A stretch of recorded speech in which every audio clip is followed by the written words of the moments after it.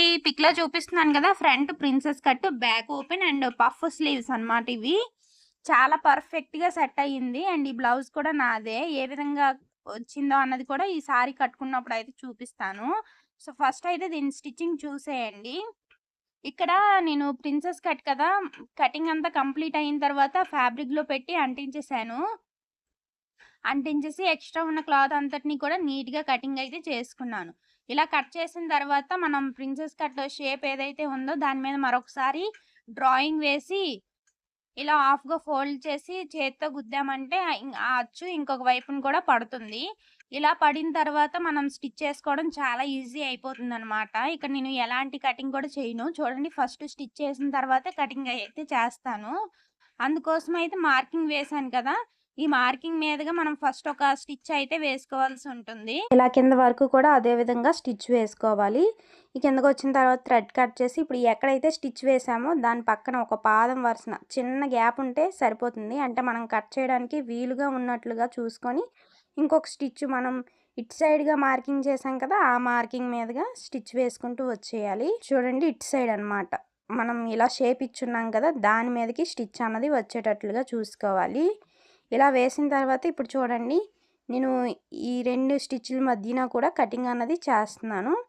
ఇక్కడ షేప్ ఇచ్చాం కదా అది కూడా కటింగ్ చేసేస్తున్నాను. ఇలా కట్ చేసిన తర్వాత ఇప్పుడు మనం పెట్టి స్టిచ్ చేసుకున్నామంటే చాలా సింపుల్గా అయిపోతుంది. అండ్ లైనింగ్ కూడా మనం దేనికి అది సపరేట్గా అటాచ్ చేసుకునే పని కూడా ఉండదు. మనం ప్రిన్సెస్ కట్ షేప్ అక్కడే కనుక కటింగ్ చేస్తాం అనుకోండి, లైనింగ్ సపరేట్గా అటాచ్ చేయాలి. అలాగే దేనికి అది సపరేట్గా చేయవలసి ఉంటుంది. మనకి కిందన ఏది అటాచ్ చేయాలో పైన ఏది అటాచ్ చేయాలో చాలా కన్ఫ్యూజ్గా కూడా ఉంటుంది. అందుకోసమని ఇలా నేను ఈ టిప్ అయితే ఫాలో అవుతాను. ఇక్కడ మనం ప్రిన్సెస్ షేప్ స్టిచ్ చేస్తున్నాం కాబట్టి డబుల్ స్టిచ్ అన్నది వేసుకోవాలి ఎప్పుడు కూడాను. ఈ మిడిల్లో పైపింగ్ వేసుకున్నా బాగుంటుంది, కానీ నాకు బ్లౌజ్ అంతా కూడా చాలా హెవీగా ఉన్నట్టు అనిపించింది. అందుకోసమని పైపింగ్ అది ఏమి వేయలేదు. ఇక్కడ ఈ ప్రిన్సెస్ షేప్ది కట్ చేశాను కదా, అది చివరిని అటాచ్ చేస్తున్నాను. ఎందుకంటే యాక్చువల్గా కటింగ్ చేసేటప్పుడు నార్మల్ దానికన్నా సైడ్లు ఫ్రంట్ పార్ట్లో ఒక 1 ఇంచ్ అనేది ఎక్స్ట్రా పెట్టాలి. బట్ నేను అప్పుడు పెట్టలేదు. అందుకోసమని ఇప్పుడు ఆ చిన్న పీస్ని సైడ్ని జాయింట్ చేశాను. జాయింట్ చేసినా సరే నాకు ఇక్కడ ఖర్చుల్లోకే పోయింది. కానీ ఎందుకైనా మంచిది అనేసి చిన్నది ఉంటే జాయింట్ చేశాను. చూడండి ఇప్పుడు ఒక సైడ్ ఆల్రెడీ మనం కటింగ్ చేసి జాయింట్ చేసాం కదా, ఇప్పుడు ఇంకొక వైపు కూడా సేమ్ అలానే చేస్తున్నాను. ఎలా అయితే మార్కింగ్ చేసామో మార్కింగ్ మీదుగా స్టిచ్ అన్నది చేసుకొని ఇలా కట్ చేసుకుంటున్నాను. ఇక్కడ మనం కటింగ్ చేయడానికి వీలుగా స్టిచ్ చేసుకోవాలి. సో చూసారు కదా, కటింగ్ చేయగానే మనకి ఎంత బాగా కనిపిస్తుందో షేప్ అన్నది. ఇప్పుడు ఇలా పెట్టుకొని స్టిచ్ చేసుకోవడమే. ఇక్కడ చూడండి మనకి కరువు తిరిగే దగ్గర ప్రిన్సెస్ కట్ కరువు తిరుగుతుంది కదా, అక్కడ మాత్రం సూది కిందకి దించి పాదం పైకెత్తి కొంచెం అలా టర్న్ చేసుకుంటే మనకి షేప్ అన్నది చాలా పర్ఫెక్ట్గా వచ్చేస్తుంది. ఇలా స్టిచ్ చేసుకున్నామంటే సరిపోతుంది. ఇలా మొత్తం అంతా కూడా కింద వరకు స్టిచ్ చేసుకోవడమే. మీకు ఆల్రెడీ చెప్పాను ఇక్కడ డబుల్ స్టిచ్ చేసుకోవాలి మనం ప్రిన్సెస్ షేప్ ఇచ్చే దగ్గర అనేసి. సో ఇక్కడ డబుల్ స్టిచ్ అయితే వేసేస్తున్నాను మళ్ళీ. ఇలా వేసిన తర్వాత ఆ పీస్ అయితే అలానే ఉంచాను. ఇంక ఇటు సైడ్ని అయితే జాయింట్ చేసేస్తున్నాను ఆ చిన్న పీస్ని.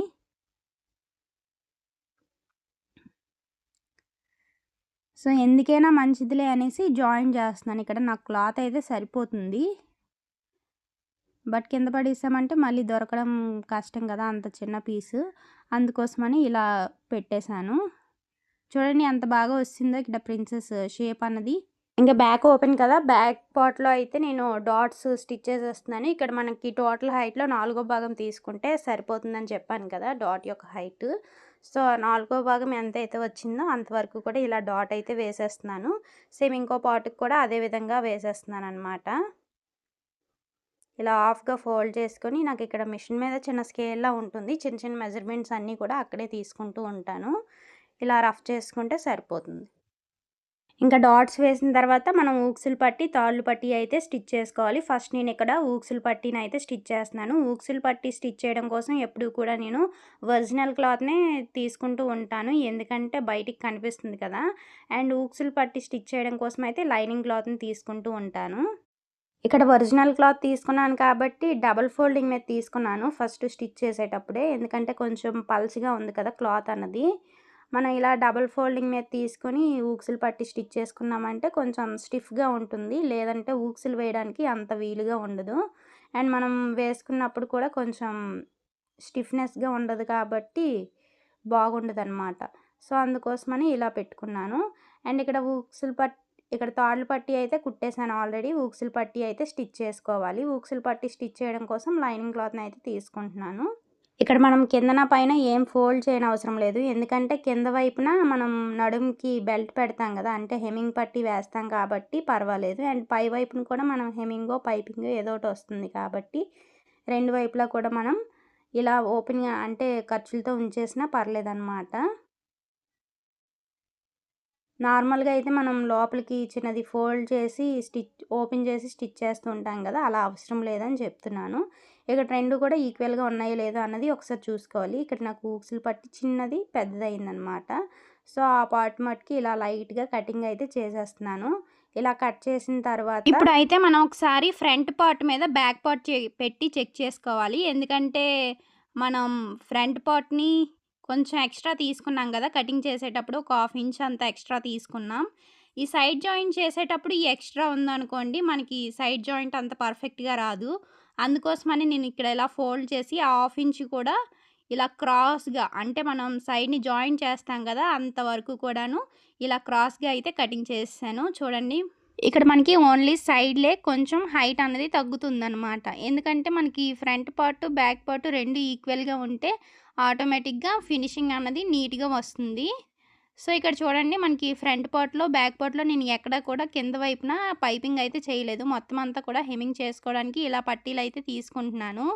ఇక్కడ హెమ్మింగ్ పట్టీ కోసం కింద వైపున ఒక చిన్నది ఒక పావించ్ అంత ఫోల్డ్ చేసి స్టిచ్ వేసేస్తున్నాననమాట. ఇలా స్టిచ్ వేసామంటే మనకి హెమ్మింగ్ చేసేటప్పుడు బావుంటుంది. మొత్తం అంతా కూడా కోరా పీస్ వేయడానికి అంత పీస్ అయితే లేదు నాకు. అందుకోసమని ఇక్కడ ఇలా ఫోల్డ్ చేసి తీసుకుంటున్నాను. ఇలా ఫోల్డ్ చేసి తీసిన తర్వాత చూడండి ఇక్కడ లోపల వైపుకి ఒక హాఫ్ ఇంచ్ ఫోల్డ్ చేసి ఇలా స్టిచ్ వేస్తున్నాను. ఇలా చేయడం వల్ల మనకి ఓపెన్ చేసినప్పుడు నీట్ ఫినిషింగ్ అయితే వస్తుంది. అండ్ ఇక్కడ ఎక్కడైతే డాట్ పెట్టామో డాట్ స్టిచ్ చేసాం కదా! అక్కడ ఒక చిన్న ప్రిల్ అయితే పెట్టాను. ఇలా పెట్టి స్టిచ్ చేసిన తర్వాత మళ్ళీ ఓపెన్ చేసి పైనుండి ఒక టాప్ స్టిచ్ అయితే వేసుకుంటూ వచ్చేస్తున్నాను. ఇలా మొత్తం అంతా కూడా మనం ఇదే విధంగా వేసుకోవాలి. ఇంకొక పార్ట్ ఉంది కదా! దానికి కూడా సేమ్ ఇదే విధంగా వేసుకుంటే సరిపోతుంది. అలాగే ఫ్రంట్ పార్ట్‌కి కూడా అదే విధంగా అయితే వేసుకోవాలి. ఇక నేను ఫ్రంట్ పార్ట్, బ్యాక్ పార్ట్ మొత్తం అన్నీ కూడా అలా హెమ్మింగ్ పట్టీలయితే వేసుకున్నాను. ఇలా వేసిన తర్వాత మనకి ఇక్కడ షోల్డర్ జాయింట్ అయితే చేసుకోవాల్సి ఉంటుంది నెక్స్ట్. ఇక నేను షోల్డర్ జాయింట్ అయితే చేసేస్తున్నాను. చూడండి షోల్డర్ జాయింట్ చేసేటప్పుడు ఎప్పుడు కూడా డబుల్ స్టిచ్ అన్నది వేసుకోవాలి. స్టార్టింగ్‌లో, ఎండింగ్‌లో కొంచెం రఫ్ చేసుకుంటూ వేసుకున్నామంటే కుట్టు అన్నది కాస్త గట్టిగా ఉంటుంది. ఇలా వేసిన తర్వాత మనం ఎప్పుడు కూడా ఇలా షోల్డర్ జాయింట్ చేయగానే ఎప్పుడు కూడా మనం ఫస్ట్ మెడపట్టి అయితే అతుక్కోవాలి. ఎందుకంటే మళ్ళీ హ్యాండ్స్ గనక జాయింట్ చేసి మెడపట్టి అతుక్కున్నామనుకోండి కాస్త నెక్ అన్నది సాగిపోయే అవకాశం ఉంటుంది. అందుకోసమని మనం ఇలా ఫస్టు మెడపట్టి అతుక్కొని తర్వాత హ్యాండ్స్ జాయిన్ చేసుకుంటే బావుంటుంది. సో, ఇది మొత్తం నెక్ అంతా కూడా నాకు రౌండ్‌గానే ఉంది కాబట్టి క్రాస్ పీస్‌లు ఆల్రెడీ నేను జాయిన్ చేసి పెట్టుకున్నాను. ఇలా ఒక పాదం వరుసన గ్యాప్ ఇచ్చుకుంటూ మొత్తం మెడ చుట్టూ గూడా వేసేస్తున్నాను. ఇలా వీడియోలో చూపించే విధంగా మొత్తం అంతా కూడాను ఇలా స్టిచ్ చేసుకుంటూ వచ్చేస్తున్నా.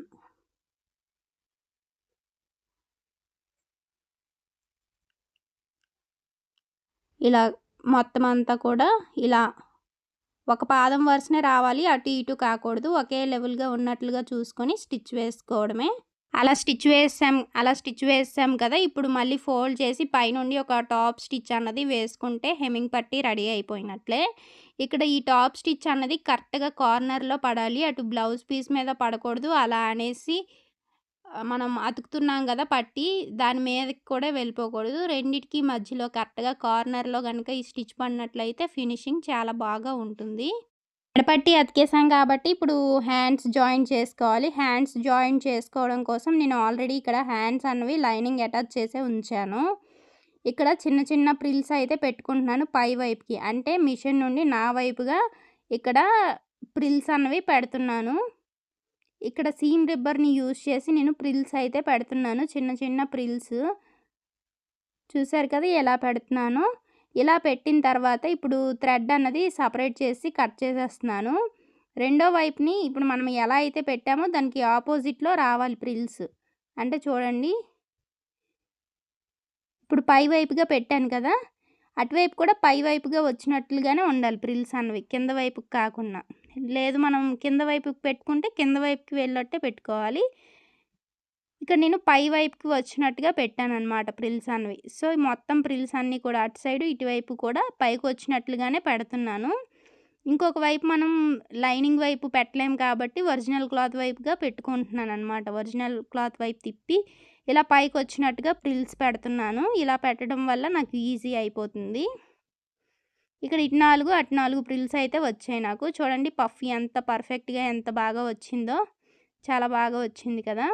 ఇంకొక హ్యాండ్‌ని కూడా సేమ్ అదే విధంగా ప్రిల్స్ పెట్టేసుకోవాలి. నేనైతే ఆల్రెడీ పెట్టేసుకున్నాను. ఇప్పుడు ప్రిల్స్ పెట్టేసుకున్నాను కదా! కరెక్ట్‌గా మిడిల్ పార్ట్ ఎక్కడైతే ఉందో అది కరెక్ట్‌గా షోల్డర్ జాయింట్ మీద అయితే పెట్టి స్టిచ్ చేసుకోవాలి. మిడిల్ నుండి హ్యాండ్ జాయింట్ చేయడం స్టార్ట్ చేయాలి ఎప్పుడు కూడా. సో, మిడిల్ నుండి స్టార్ట్ చేస్తున్నాను ఇక్కడ. కొంచెం మిడిల్‌లో రఫ్ చేసుకొని చివరి వరకు కూడా ఇలా ఒక పాదం వరుసన గ్యాప్ ఇచ్చుకుంటూ స్టిచ్ అయితే వేసాను. మళ్ళీ రివర్స్ తిప్పి సేమ్ అదే విధంగా స్టిచ్ అన్నది వేసేస్తున్నాను. సో, చూడండి ఇలా మొత్తం అంతా కూడా డబుల్ స్టిచ్ అయితే వేసుకోవాలి హ్యాండ్ జాయింట్ చేసేటప్పుడు. ఇక్కడ మనకి మళ్ళీ ఒక సింగిల్ స్టిచ్చే వచ్చింది కాబట్టి మళ్ళీ రివర్స్ తిప్పేసి ఇంకొక స్టిచ్ అన్నది వేసేస్తాను. సరిపోతుంది అప్పుడు. ఈ మిడిల్‌కి వచ్చేసరికి మళ్ళీ కొంచెం రఫ్ చేసుకోవాలి. ఇలా రఫ్ చేసుకొని మనకి చూసారు కదా పఫ్ ఎంత బాగా కనిపిస్తుందో. ఇప్పుడు మళ్ళీ స్టిచ్ చేసిన తర్వాత ఇలా అయిపోయిన తర్వాత ఇక్కడ ఒకసారి చెక్ చేసుకుంటున్నాను కరెక్ట్‌గా ఉందో లేదా అనేసి సైడ్ జాయింట్ చేయడానికి. నాకైతే కరెక్ట్‌గానే ఉంది. ఇప్పుడు ఇంకొక హ్యాండ్ కూడా సేమ్ అదే విధంగా జాయింట్ అయితే చేసుకుంటున్నాను. కరెక్ట్‌గా మిడిల్ నుండి స్టార్ట్ చేయాలి. మిడిల్ నుండి స్టార్ట్ చేసుకుంటే మనకి చాలా పర్ఫెక్ట్‌గా వచ్చేస్తుంది. మళ్ళీ రివర్స్ తిప్పామంటే డబుల్ స్టిచ్ కూడా అయిపోతుంది. ఇంకా ఇంకొక వైపున కూడా మనం సేమ్ అదే విధంగా స్టిచ్ చేసుకుంటే సరిపోతుంది.